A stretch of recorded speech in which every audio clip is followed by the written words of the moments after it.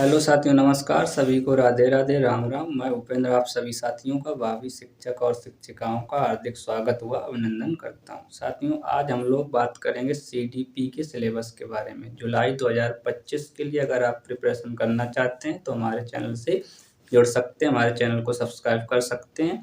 क्योंकि साथियों, मैं आप लोगों को सीटेट जुलाई 2025 के लिए जो आप प्रिपरेशन करेंगे तो उस दौरान मैं आप लोगों को बताऊंगा किन चीज़ों को फॉलो करना है और किन चीज़ों को इग्नोर करना है। यानी कि प्रिपरेशन के दौरान आप लोगों को किन चीज़ों को फॉलो करना है और किन चीज़ों को इग्नोर करना है। और जब आप एग्ज़ाम हॉल में बैठे होंगे तो एग्ज़ाम के दौरान आप लोगों को क्वेश्चंस को कैसे करने हैं, यानी किन चीज़ों को फॉलो करना है और किन चीज़ों को इग्नोर करना है, इन सभी चीज़ों पर मैं आप लोगों से डिटेल में डिस्कशन समय समय पर करता रहूँगा। तो आज साथियों, सीटीपी के सिलेबस को हम थोड़ा समझ लेते हैं, इसके बाद हमारी क्लासें कंटिन्यू शुरू हो जाएंगी। हर चैप्टर के बाद उनके क्वेश्चन किया करेंगे, 30 क्वेश्चन किया करेंगे और एक्स्ट्रा क्वेश्चन करने की जरूरत पड़ी तो एक्स्ट्रा क्वेश्चन भी करेंगे। चलिए साथियों, सीडीपी का सिलेबस समझ लेते हैं। साथियों, पेपर 1 और पेपर 2 सीडीपी का सिलेबस सेम होता है। जो पेपर 1 होता है वो 6 से 11 वर्ष की आयु के उम्र के बच्चों को ध्यान में रखकर बनाया जाता है। जो पेपर 2 होता है वो 11 से 14 वर्ष के उम्र के बच्चों को ध्यान में रखकर बनाया जाता है। ओके साथियों, जो सीडीपी का सिलेबस है, सीडीपी का जो सिलेबस साथियों, उसमें 3 यूनिट हैं। यूनिट 1 में बाल विकास है और यूनिट 2 है और यूनिट 3 है। तो यूनिट 1 बाल विकास जो है 15 नंबर का है। तो इसमें क्या क्या है, इसमें कुल 12 चैप्टर हैं। पहला क्या है, वृद्धि एवं विकास, ग्रोथ एंड डेवलपमेंट। आनुवांशिकता एवं वातावरण, हेरिडिटी एंड एनवायरनमेंट, एक प्रश्न इधर से आता है। समाजीकरण, सोशलाइजेशन, एक प्रश्न इधर से आता है।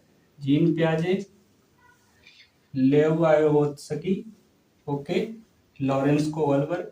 साथियों, ये जो तीनों मनोवैज्ञानिक है, जीन प्याजे, लेवोत्स्की और कोवलबर, इन तीनों मनोवैज्ञानिकों से 5 नंबर का प्रश्न आता है।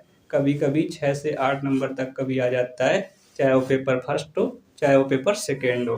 ओके साथियों, अगला है बाल केंद्रित एवं प्रगतिशील शिक्षा, child centred and progressive education. इससे भी 1 नंबर प्रश्न आता है। और फिर है बुद्धि, इंटेलिजेंस, एक प्रश्न इससे आता है 1 नंबर का। फिर है भाषा व विचार, लैंग्वेज एंड थॉट, लिंग, जेंडर, वैयक्तिक विभिन्नता, इंडिविजुअल डिफरेंसेस। और अगला है आकलन एवं मूल्यांकन, असेसमेंट एंड इवैल्यूएशन। तो 1 नंबर प्रश्न इधर से पूछ लिए जाते हैं। तो टोटल आपके 12 चैप्टर उसमें हो जाते हैं। यूनिट 1 हो गया साथियों। चलिए अब यूनिट 2 देख लेते हैं। साथ ही यूनिट 2 समझ लेते हैं। यूनिट 2 क्या है, ये 5 नंबर का यूनिट 2 आता है, समावेशी शिक्षा व CWSN यानी इंक्लूसिव एजुकेशन, समावेशी शिक्षा।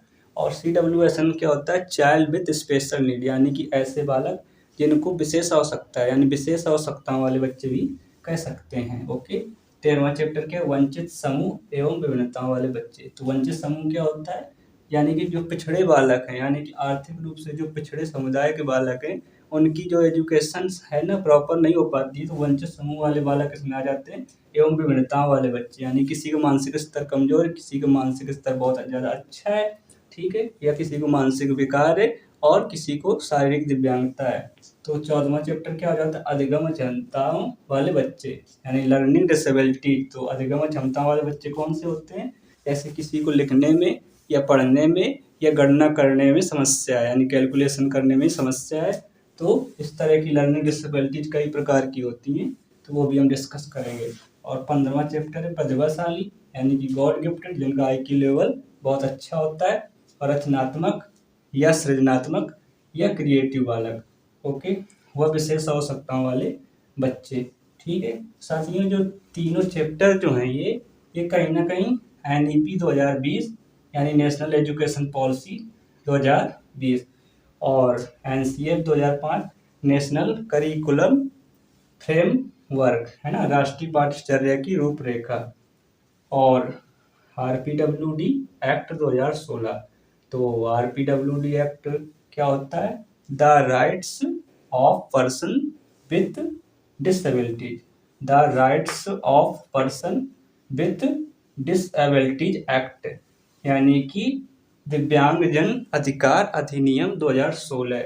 तो एक 1995 वाला था, उसमें 7 प्रकार की दिव्यांगता थी और इसमें 21 प्रकार की हो जाती हैं। तो सारे जितने भी अधिगम अक्षमताएं होती हैं इस पर आ जाती हैं आरपीडब्ल्यूडी एक्ट 2016 में। तो इसमें हम लोग पढ़ेंगे आरपीडब्ल्यूडी एक्ट 2016 में लर्निंग डिसेबिलिटीज के बारे में डिस्कस करेंगे, और एनईपी 2020, एनसीएफ 2005 भी हम कहीं ना कहीं इन सभी के बारे में डिस्कस करें, क्योंकि ये सारे चैप्टर इन्हीं तीनों से रिलेटेड होते हैं। तो ठीक है साथियों, यूनिट 2 हो गया है। अब यूनिट 3 देख लेते हैं।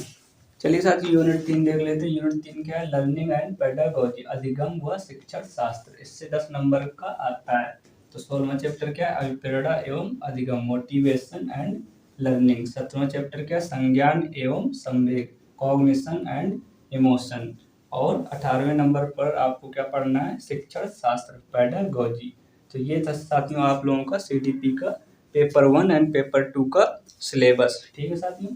और कथन एवं कारण, अजर्सन एंड रीजन। तो साथियों सीडीपी का पेपर फर्स्ट हो या सेकेंड हो, उसमें अब थोड़ा सा क्या हुआ है कि अजर्सन एंड रीजन यानी कथन एवं कारण के 4 से 5 प्रश्न आ जाते हैं, जिससे आप कह सकते हैं कि थोड़ा सा लेवल टफ हो गया है। तो कोई दिक्कत की बात नहीं है, जब हम क्वेश्चन करेंगे तो अजर्सन एंड रीजन, कथन एवं कारण के क्वेश्चन को कैसे करते हैं इस पर भी डिस्कशन करेंगे। तो चलिए साथियों, सिलेबस के बारे में हम लोगों ने आज डिस्कस कर लिया है।